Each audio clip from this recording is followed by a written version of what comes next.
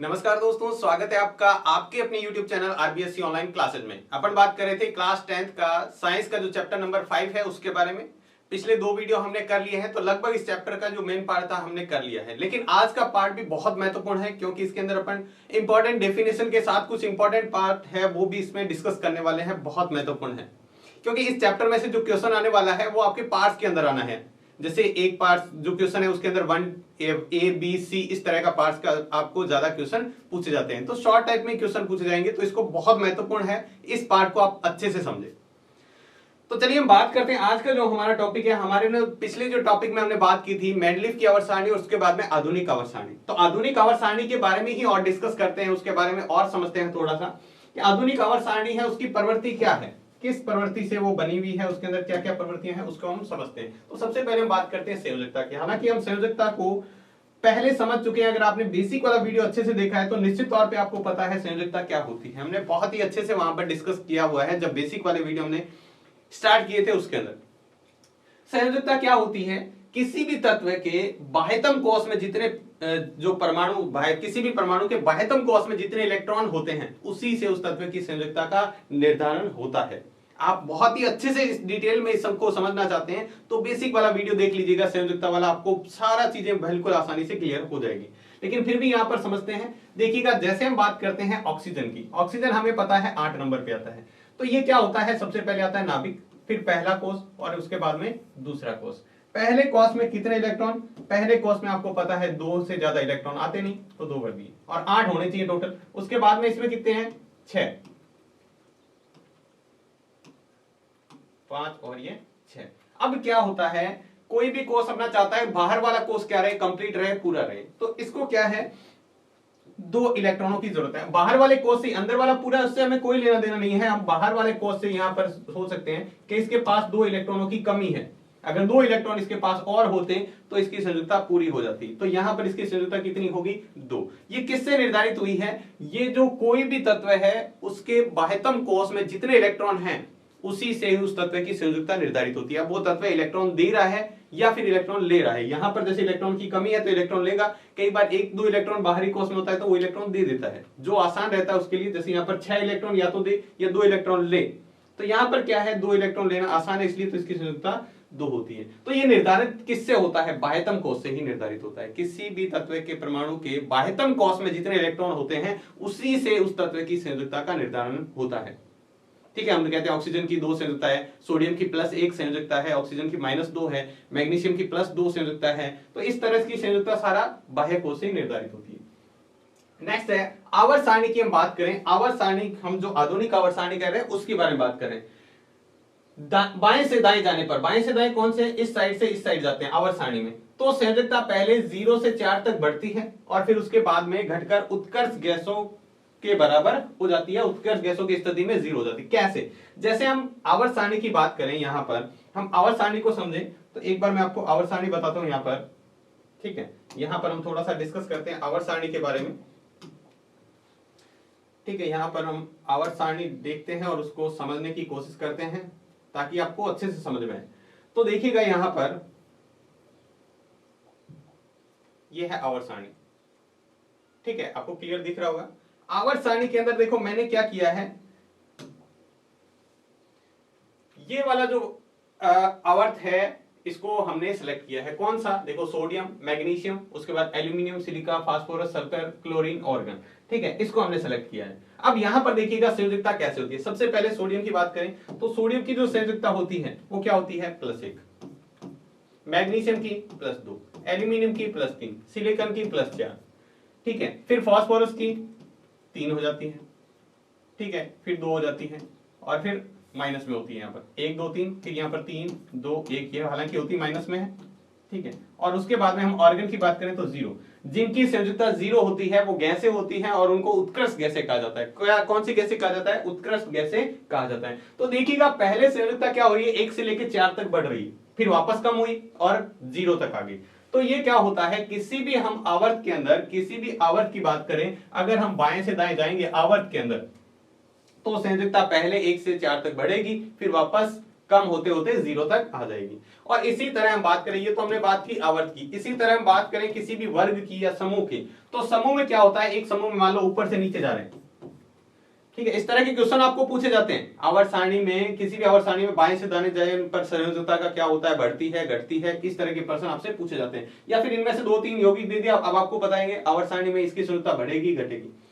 अब यहाँ पे बात करते हैं हम, समूह के सभी तत्वों में संयोजकताएं समान होती है, एक ही समूह के जितने भी तत्व हैं। यहाँ पर देखिएगा, अब जैसे मान लो ये वाली लाइन लेते हैं हम, ये वाली, ठीक है, इस समूह में जितने भी तत्व हैं यहाँ पर, ठीक है, इन सब की संयोजकता बराबर है। ऐसे जाने पर तो संयोजकता बढ़ रही है, लेकिन ऐसे जाने पर सबके बाह्य कोश में एक एक इलेक्ट्रॉन है, तो यहां पर क्या हो जाएगी, संयोजकता सबकी समान रहेगी। तो यहां पर सबकी संयोजकता +1 है, सबकी संयोजकता क्या है, सबकी संयोजकता यहां पर 1 ही है। तो हम बात करते हैं अगर समूह की यानी वर्ग की, तो वर्ग में संयोजकता सेम रहती है, और जबकि हम बात करते हैं किसी भी आवर्त की, तो आवर्त में बाएं से दाएं जाने पर पहले संयोजकता 1 से 4 तक बढ़ती है और फिर वापस कम होकर 0 तक हो जाती है। नेक्स्ट हम बात करते हैं इसके बाद में जो परमाणु आकार है उसके बारे में। परमाणु का आकार, परमाणु का आकार किससे निर्धारित होता है, उस परमाणु की त्रिज्या कितनी है उससे उसका आकार यानी उसका साइज हम डिसाइड कर सकते हैं। यानी परमाणु साइज से परमाणु की त्रिज्या का पता लगता है, परमाणु का आकार कितना है उसी से उस परमाणु की त्रिज्या का भी पता लगता है। परमाणु त्रिज्या क्या होती है वो देखते हैं। देखो, परमाणु त्रिज्या होती है, मान लो नाभिक है, ठीक है, इस नाभिक में वो बाह्यतम कोष, अब पहला दूसरा कौन सा भी कोष हो सकता है, मान लो ये पहले वाला कोष है, ठीक है, यहां पर बताते हैं ये पहला कोष है, और ये है हमारा दूसरा कोष, यहां तक इलेक्ट्रॉन भरे हुए, जहां तक इलेक्ट्रॉन भरे हुए वहां तक की बात कर रहे हैं, जहां तक इलेक्ट्रॉन, मान लो यहां तक भरे हुए इस कोष तक, ठीक है। तो इस नाभिक से लगाकर यहां तक की जो दूरी है, इस नाभिक से लगाकर यहां तक की जो दूरी है, ये ही इसकी परमाणु त्रिज्या कहलाती है। परमाणु की त्रिज्या यानी परमाणु त्रिज्या कहलाती है। यानी क्या परिभाषा होगी कि एक स्वतंत्र परमाणु के केंद्र से, एक स्वतंत्र परमाणु है जिसके किसी प्रकार का आवेश नहीं है, के केंद्र से उसके बाहरी कोष की दूरी ही परमाणु के साइज दर्शाती है, परमाणु त्रिज्या या परमाणु साइज दर्शाती है। कि इसके केंद्र से लगा के बाह्यतम कोष, जिस कोष में इलेक्ट्रॉन उपस्थित है वहां तक, वो पहला कोष हो सकता है, दूसरा हो सकता है, तीसरा हो सकता है, जहां तक इलेक्ट्रॉन भरे हुए हैं उस कोष तक की दूरी केंद्र से लगा के वो जो दूरी है उसी से उस परमाणु का साइज का निर्धारण होता है। अब बात करते हैं हाइड्रोजन की। अगर हाइड्रोजन की बात करें तो हाइड्रोजन का जो परमाणु त्रिज्या होती है वो 37 pm, पिकोमीटर। पिकोमीटर का मतलब क्या होता है जरा देखिएगा, ये पीएम का मतलब है पिकोमीटर,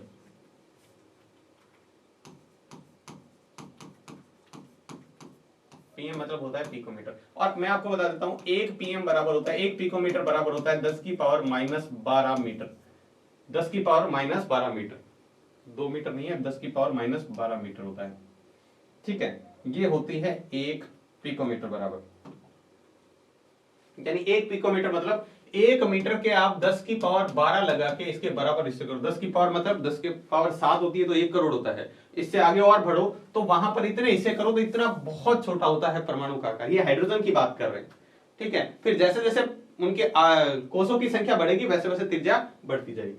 नेक्स्ट हम देखते हैं इसके बाद में अगला पॉइंट जो है हमारा, एक आवर्त में बाएं से दाएं जाने पर, एक ही आवर्त में हम बाएं से दाएं जा रहे हैं, मान लो ये आवर्त है और इस आवर्त में हम यहां से यहां जा रहे हैं, एक ही आवर्त में, इसमें मान लो ये इलेक्ट्रॉन भरे हुए, तो परमाणु त्रिज्या घटती जाती है। ऐसे जाते हैं तो परमाणु त्रिज्या घटती जाती है एक ही आवर्त में। अब क्यों घटती है इसका कारण भी पूछ लिया जाता है कि एक ही आवर्त में बाएं से दाएं जाने पर परमाणु की जो त्रिज्या है उस पर क्या असर पड़ता है और क्यों होता है। तो देखिएगा यहां पर हम बात करें तो मान लो जैसे जैसे हम पहले जा रहे हैं, यहां पर देखिएगा हम बात करते हैं पहले कोष की, यहां पर हमने यहां पर 2 इलेक्ट्रॉन, यहां पर 8 इलेक्ट्रॉन और सोडियम में बाहर में 1 इलेक्ट्रॉन। उसके बाद में दूसरी बात करते हैं, मैग्नीशियम आता है। मैग्नीशियम में क्या होता है, पहले कोष में 2 इलेक्ट्रॉन, ठीक है। फिर उसके बाद में यहां पर बात करें तीसरे में,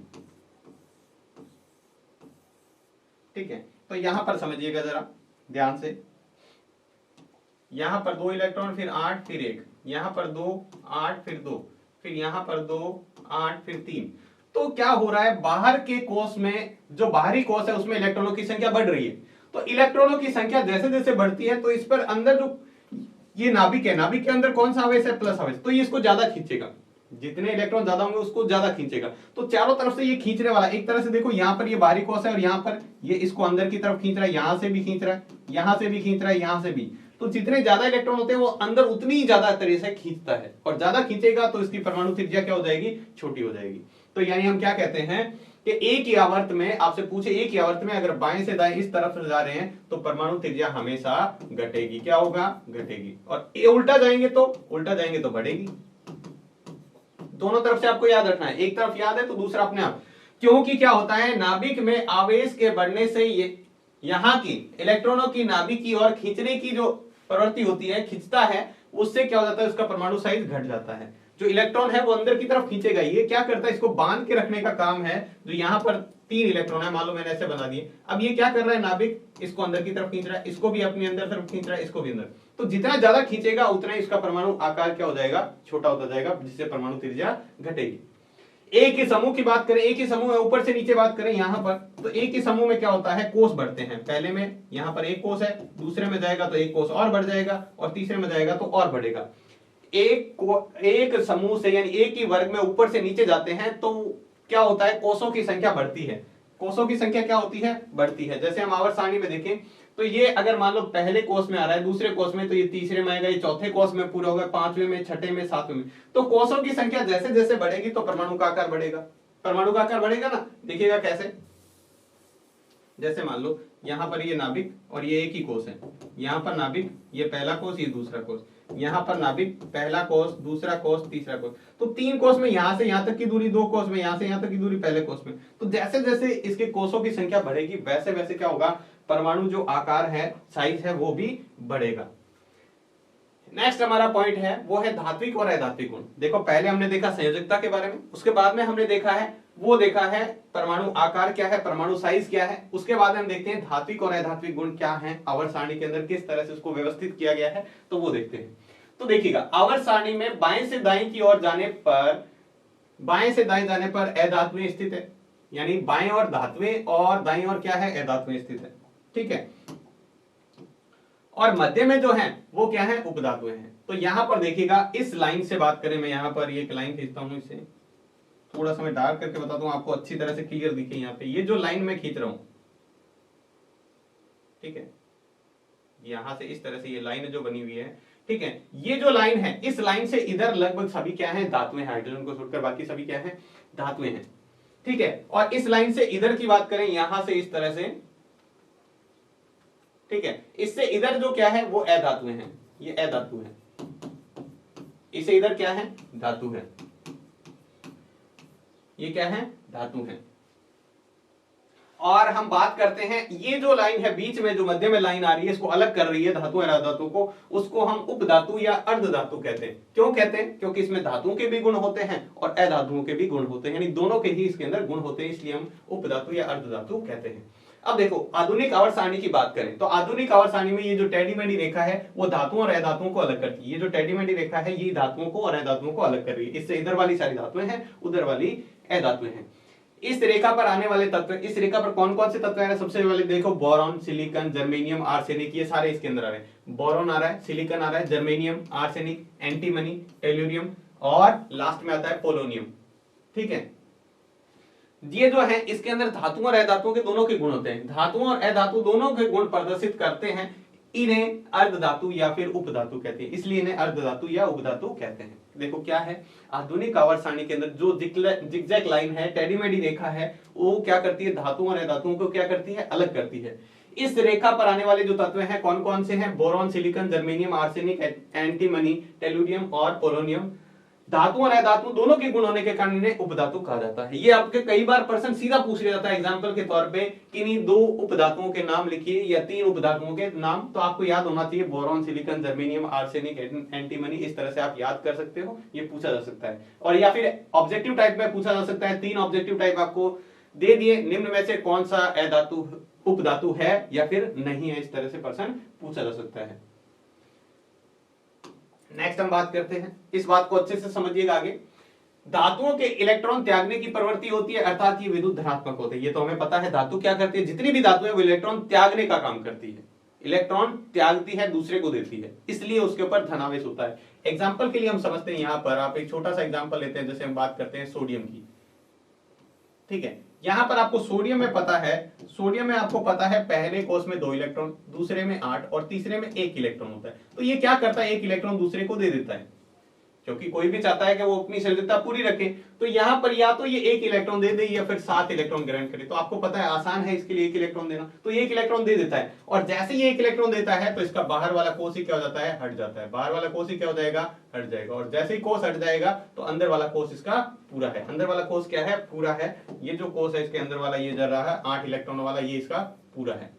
तो अब इसकी संयोजकता पूरी होगी। तो इसने 1 इलेक्ट्रॉन त्यागा है, त्यागने से इसके ऊपर संयोजकता क्या बनती है, हमें पता है जितनी भी धातुएं थे Na+ होता है, Mg+2 होता है, ठीक है। Zn की बात करें Zn+2 होता है, एल्यूमिनियम की बात करें एल्यूमिनियम+3 होता है। तो ये सारी संयोजकताएं प्लस के अंदर होती है। धातुओं की संयोजकता क्यों, क्योंकि प्लस में होने का मतलब है ये इलेक्ट्रॉन त्यागता है। जो भी इलेक्ट्रॉन त्यागता है उसके अंदर जो आवेश होता है उसका प्लस में होता है, वो धनात्मक होता है।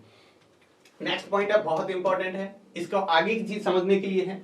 प्रभावी नाभिक आवेश क्या होता है। प्रभावी नाभिक आवेश परमाणु के बाह्यतम कोष में जो इलेक्ट्रॉन है के द्वारा जो आकर्षण बल महसूस किया जाता है। परमाणु के बाह्यतम कोष के इलेक्ट्रॉनों के द्वारा जो, अब देखो यहां पर मान लो यहां पर है, इसके बीच में 1-2 कोष है, हमने वो यहां पर बहुत, यहां मान लो एक कोष ये रहा, दूसरा कोष ये रहा। अब इसके बाहर वाला, सबसे बाहर वाला, अब जितना भी हो सकता है, कोई सा भी हो सकता है, जरूरी नहीं है वो 3 नंबर वाला, कोई सा भी हो सकता है, ठीक है। ये जो कोष है इसके अंदर जो इलेक्ट्रॉन है, इसके अंदर जो क्या है, यहां पर जो इलेक्ट्रॉन है, इसके द्वारा जो नाभिक के ऊपर क्या लगता है, आकर्षण बल जो लग रहा है, नाभिक का जो आकर्षण बल लग रहा है इनके ऊपर, ठीक है, ये इसको बांध के रखने के लिए जितना बल लगता है उसी को हम क्या कहते हैं, प्रभावी नाभिकीय आवेश कहते हैं, ठीक है। परमाणु के बाह्यतम कोष के इलेक्ट्रॉनों के द्वारा जो नाभिक का आकर्षण बल महसूस किया जाता है, नाभिक पर जो आकर्षण बल महसूस किया जाता है उसे ही हम प्रभावी नाभिकीय आवेश कहते हैं। ये जो आकर्षण बल लग रहा है बाह्य कोष में जितने इलेक्ट्रॉन हैं उसके ऊपर जो नाभिक द्वारा जो जितना आकर्षण बल महसूस, क्योंकि ये नाभिक के अंदर प्लस आवेश होता है और इलेक्ट्रॉन के ऊपर आपको पता है माइनस आवेश होता है,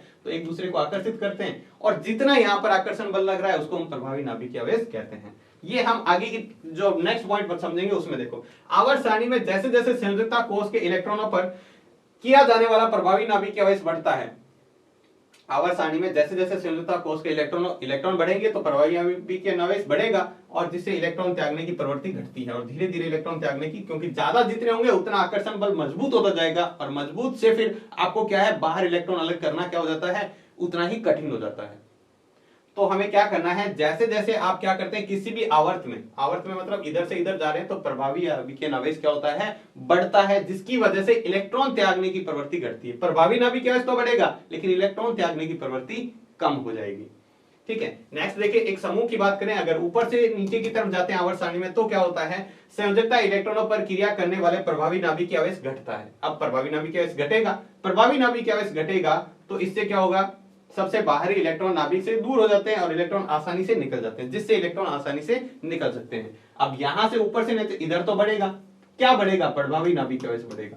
प्रभावी नाभिकीय आवेश बढ़ने से इलेक्ट्रॉन जो है, इलेक्ट्रॉन त्यागने की प्रवृत्ति घट जाती है, ठीक है। जबकि ऊपर से नीचे बढ़ने पर क्या होगा, प्रभावी नाभिकीय आवेश घटेगा, और घटने से क्या हो जाएगा, प्रभावी नाभिकीय आवेश घटने से क्या हो जाएगा, प्रभावी नाभिकीय आवेश घटने से इलेक्ट्रॉन आसानी से बाहर निकल जाएगा। उसको बांध के रखने का जो बल था वो ही कमजोर हो गया तो इलेक्ट्रॉन आसानी से निकल सकता है। तो सबसे पहले हमें ये समझना है प्रभावी नाभिकीय आवेश क्या है, तब ये दोनों पॉइंट आपको अच्छे से समझ में आएंगे। इसके बाद हम बात करते हैं धात्विक गुण आवर्त से घटता है। धात्विक गुण क्या होता है, आवर्त में घटता है, यानी एक आवर्त सारणी में, आवर्त में आप इधर से इधर जा रहे हो तो ये जो धात्विक गुण है, धातु की प्रवृत्ति का गुण है, वहां पर क्या होगा, वो घटेगा। और हम बात करते हैं धात्विक गुण एक समूह में अगर ऊपर से नीचे जा रहे हैं तब बढ़ेगा, इधर तो ये घटेगा और इधर क्या होगा, बढ़ेगा। यानी किसी भी धातु के अंदर जो धात्विक गुण है, उसका धातु होने का जो गुण है उसके अंदर, धात्विक की जो प्रॉपर्टीज है उसके अंदर, वो धीरे धीरे कमजोर होती जाती है जब बाएं से दाएं जाती है। अब आपसे उल्टा पूछ ले, अगर दाएं से बाएं जा रहे तो बढ़ेगा, यहां पे ऊपर से नीचे जाने पर बढ़ रहा है तो नीचे से ऊपर जाएंगे तो घटेगा, आराम से धात्विक गुण है जो घटेगा, ठीक है। अब आगे नेक्स्ट देखते हैं, जो अधातुएं होती है। अब ये तो धातु की बात है, अब यहां पर आवर्त सारणी इस तरह से है ना, आवर्त सारणी हमारी किस तरह से है, इस तरह से, ठीक है, और यहां पर आ जाती है वो टेढ़ी मेढ़ी लाइन, ठीक है। अब इससे इधर इधर वाली धातु है तो हम धातु की बात कर रहे हैं। अब उधर वाली बात करते हैं जो अधातु है, उसके अंदर क्या होता है, अधातुएं विद्युत ऋणात्मक होती है, हमें पता है, विद्युत ऋणात्मक होती है ना, जैसे क्लोरीन हो गया, क्लोरीन के ऊपर माइनस आता है, तो इस तरह से जितनी भी धातु होते हैं उनके ऊपर माइनस आवेश होता है। ठीक है, इसमें इलेक्ट्रॉन ग्रहण करके आमद बनाने की प्रवृत्ति थी। अब माइनस आवेश है तो इलेक्ट्रॉन ग्रहण करेगा, जैसे आपको पता है क्लोरीन है, इसके पास एक इलेक्ट्रॉन की कमी है, तो ये एक इलेक्ट्रॉन ग्रहण करता है, ठीक है, और क्या बना देता है, क्लोरीन बना देता है। तो इसमें अंदर क्या होता है, इलेक्ट्रॉन ग्रहण करने की प्रवृत्ति पाई जाती है, और इलेक्ट्रॉन ग्रहण करके ये आबद्ध बना लेते हैं, बंद बना लेते हैं। इसी प्रवृत्ति किसके अंदर पाई जाती है, धातु के अंदर। और इसकी विद्युत ऋणात्मकता, विद्युत ऋणात्मकता मतलब जो इसकी वो प्रवृत्ति, जो इलेक्ट्रॉन ग्रहण करने की जो प्रवृत्ति है, किसी इलेक्ट्रॉन के साथ क्रिया करने की जो प्रवृत्ति है, कि प्रकृति के अनुसार अधातुएं आवर्त सारणी में दाहिनी और ऊपर की ओर स्थित होती है। ये जो विद्युत ऋणात्मकता है, यानी किसी के साथ जो बंध बनाने की प्रवृत्ति है, किसके अंदर सबसे ज्यादा होती है, तो ये आवर्त सारणी में दाईं और ऊपर की ओर होती है। ये देखो आवर्त सारणी इधर दायां भाग है, ये इधर इसका बायां भाग है, ठीक है, और ये इधर दायां भाग है। तो दाएं में भी ऊपर की ओर यहां पर होती है विद्युत ऋणात्मकता सबसे अधिक होती है। जैसे जैसे नीचे आएंगे वैसे कम होती जाती है। और आपको सबसे पता होगा सबसे ज्यादा किसकी धात्विक विद्युत ऋणात्मकता कौन होता है, सबसे ज्यादा विद्युत ऋणात्मकता सबसे ज्यादा किसकी होती है, फ्लोरीन की। किसकी होती है, सबसे ज्यादा फ्लोरीन की, क्योंकि ऊपर जितना होगा उसकी विद्युत ऋणात्मकता सबसे ज्यादा होती है। नेक्स्ट हम बात करते हैं तत्वों के ऑक्साइड। अगर इनकी ऑक्साइड की बात करें तो धातुओं के जो ऑक्साइड होते हैं वो सारी होती है, ये हम थर्ड चैप्टर में अच्छे से पढ़ चुके हैं। धातु ऑक्साइड जो होते हैं वो क्या होते हैं, क्षारीय होते हैं, ठीक है, जबकि अधातु ऑक्साइड होते हैं वो अम्लीय प्रकृति के होते हैं। धातु ऑक्साइड क्षारीय प्रकृति के और अधातु ऑक्साइड होते हैं वो अम्लीय प्रकृति के होते हैं। ये हमें अच्छे से याद रखना है। कोई भी धातु ऑक्साइड है, जैसे आप किसी को भी लिख सकते हो, जिंक ऑक्साइड हो गया या कोई भी है, एल्यूमिनियम ऑक्साइड हो गया, ये सारे क्या होते हैं, ये होते हैं क्षारीय प्रकृति के। जबकि कोई अधातु ऑक्साइड है, ठीक है, ये अधातु जो ऑक्साइड होते हैं वो क्या होते हैं, ये होते हैं कौन सी प्रकृति के, अम्लीय प्रकृति। ठीक, तो ये था हमारा जो चैप्टर था, चैप्टर नंबर 5। बहुत छोटा सा चैप्टर है और इसको आप बहुत ही आसानी से समझ सकते हैं। अगर आपने वीडियो लगातार देखे हैं तो आप इस चैप्टर को बहुत ही अच्छी तरह से क्लियर कर पाएंगे, और जो हमने बात की है इस टॉपिक की वो आप अच्छे से कवर कर पाएंगे। ध्यान रखिएगा, आवर्त सारणी है जो आप थोड़ा सा याद करने की कोशिश कीजिए। जैसे आपके पास ट्रिकें होंगी, उस ट्रिकों से याद करने की कोशिश कीजिए ताकि आप आवर्त सारणी याद रख पाएं। कई बार ऐसा प्रश्न पूछा जाता है, जिससे मैं बता देता हूं एग्जांपल के तौर पे, जैसे मैंने आपको बताया भी है यहाँ पर, उस तरह का प्रश्न पूछ लिया जाता है। कौन सा, अब यहाँ पर आपसे पूछा जाएगा, इस तरह के तत्व आपको दे दिए, किसी में भी दे सकता है, ये संयोजकता में दे सकता है, ठीक है, आपसे पूछ ले यहाँ पर क्या है, यहाँ पर परमाणु आकार, तो परमाणु आकार क्या होगा। अब परमाणु आकार का आपको दोनों चीजें याद होनी चाहिए कि बाएं से दाएं जाने पर परमाणु त्रिज्या घटती है। बाएं से दाएं पूछेगा तो बाएं से दाएं की बात करें तो यहाँ पर देखिएगा, अब बाएं से दाएं जाए, मान लो आपको 3-4 यौगिक दे दिए, जैसे मान लो आपको सोडियम दे दिया, यहाँ पर देखिएगा 3-4 तत्व दिए हुए हैं, एक सोडियम दे दिया, ठीक है, एक आपको एल्यूमिनियम दे दिया, एक आपको सल्फर दे दिया, और इस तरह से 3-4 नाम दिए हैं। अब आपको बताना है निम्न में से किसकी जो परमाणु आकार है सबसे बड़ा किसका होगा, तो सबसे बड़ा ये होगा। जैसे जैसे इधर जाएंगे परमाणु आकार घटता जाएगा, ठीक है। तो इसमें आगे पीछे कहीं भी लिख दिया, जैसे पहले आपको लिख दिया एल्यूमिनियम, फिर आपको लिख दिया सोडियम, फिर आपको लिख दिया सल्फर, तो किसका, तो सबसे पहले परमाणु आकार किसका होगा, सबसे बड़ा सोडियम का, सोडियम से छोटा किसका होता है, फिर एल्यूमिनियम का, और एल्यूमिनियम से सल्फर का। तो इस तरह से आपको क्वेश्चन भी पूछे जाते हैं। आप पीछे के प्रीवियस पेपर को उठा के देखोगे तो आपने इस तरह के क्वेश्चन भी पूछे हुए हैं इस चैप्टर में से। तो आप ये भी प्रैक्टिस करो, ये तभी आप अच्छे से कर पाओगे जब आपको पहले तो पॉइंट याद होने चाहिए, वो कि हम आवर्त सारणी में बाएं से दाएं जाते हैं तो इसका परमाणु आकार घटता है, और ऊपर से नीचे जाते हैं तो परमाणु आकार बढ़ता है। अब उल्टा भी हो सकता है, किस तरह परमाणु आकार घटेगा, परमाणु आकार बढ़ेगा, इस तरफ जाएंगे तो परमाणु आकार बढ़ेगा, ठीक है, और नीचे से ऊपर जाएंगे तो परमाणु आकार क्या होगा, कम होगा। तो ये चीजें आपको अच्छे से याद रखनी है। ये पॉइंट जो आपको लिखे हैं बिल्कुल पॉइंट टू पॉइंट बात की हुई है, बिल्कुल आसान सी भाषा में लिखे हुए हैं, आप इसको आसानी से समझ पाएंगे। तो ये था आपका चैप्टर नंबर 5। उम्मीद है आपको अच्छे से समझ में आ गया होगा। फिर भी अगर आपको कोई डाउट हो तो आप कमेंट बॉक्स में लिखकर पूछ सकते हैं। आज की वीडियो में बस इतना ही, मिलते हैं नेक्स्ट वीडियो में एक नए चैप्टर के साथ, तब तक के लिए धन्यवाद।